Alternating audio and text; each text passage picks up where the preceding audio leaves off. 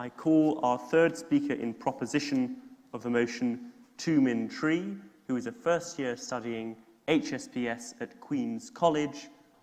He won this slot through open audition. Tri, the floor is yours.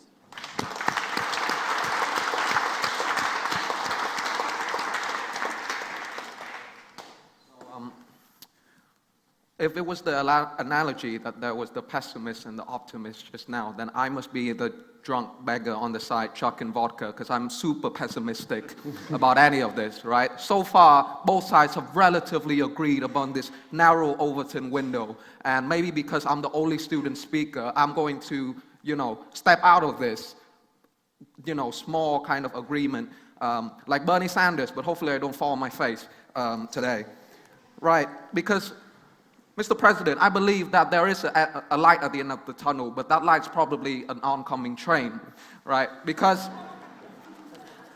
I believe that the reason for our climate catastrophe right now is the profit motive intrinsic in our capitalist system, right? And what is this profit motive? Why is it driving all this? I'll take you in a second. Why is it driving all these emissions? Because it is nested within capitalist ideology that the constant expansion of the economy is necessary for the system to survive. As soon as there's the recession or depression, we see that the system kind of falls apart and anti-capitalist, anti-liberal systems start to emerge. And so consumerism is not a social phenomenon, it is built within the system itself. You have to continue to consume in order to propagate the system, to keep it going indefinitely, to allow for the constant profit. Yes, please. You blame the capitalist system, but non-capitalist countries are also trying to grow by increasing their gross domestic product. There is nothing to do with capitalism. It's to do with governments believing more is better. Okay, I will get to your point. I've actually incorporated that into my speech. We'll get to that in a bit. So this fundamental contradiction between the idea of infinite growth and the finite resources, I believe, are harming our planet. And this will, as long as this is kept, our planet will not have many chances to survive. Of course, some say that we are rational actors, right? We can steer this train, steer the system at an individual level, perhaps, able to kind of steer it in a certain direction to avoid catastrophe. But the truth is that we are not, as much as we like to believe, we're not as rational all the time. We buy things that we don't want, we consume things and we throw it away, and so we have created a system that we don't really control. We think we can control, but it's instead controls us. Economic forces, or what Adam Smith called the invisible hand, punishes and rewards certain behavior. And that behavior is fundamentally driven by profit. Like one of the speakers said, as soon as a country undercuts the carbon emission, the whole system falls apart. And that has what happened at the international level. Countries always try to economically grow. They'll go and they say they'll follow the treaty, but what always happens, the United States, who pioneered the program, has stepped out, and India and China will continue to pollute.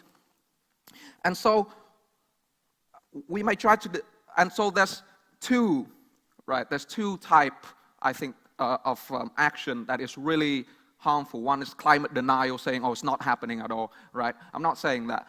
What I'm saying is there's another one where this kind of fetishist disavow, what Jacques Lacan said, is basically saying, if I kind of recycle, if I do this, do that, that I can go to sleep at night. I've done my part, right?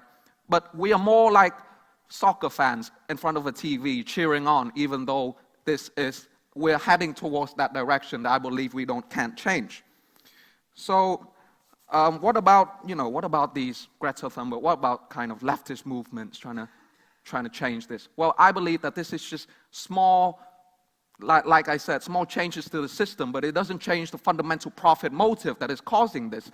And what is the most radical, Bernie Sanders, Green New Deal, and so on, the most radical is more Keynesian than anything. And I believe that Keynes is just trying to refrain this, it's trying to save capitalism more than it's trying to remove it, right? And so, and also with companies the pharmaceutical companies and the fossil fuel companies, right? This BP pledges to change its system to green energy, while at the same time, spilling oil off the Mexican coast.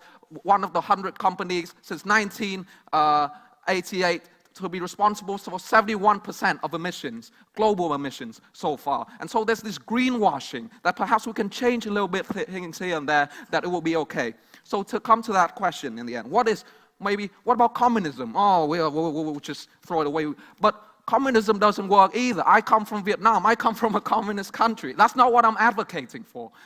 What I'm saying, the Soviet Union, right? The levels of pollution, which is absolutely fundamentally terrible. And if we weren't there, we wish we were, like if we were living in a communist country. And so what am I saying? What I'm saying is much more pessimistic, that there is no easy option, that there's no way out, that we are truly heading for disaster. And that's not the pessimistic view, that is the realistic view, because the sooner we embrace this doom, this catastrophe, the more we can come up with solutions to combat things after the fact that this has occurred. Thank you very much.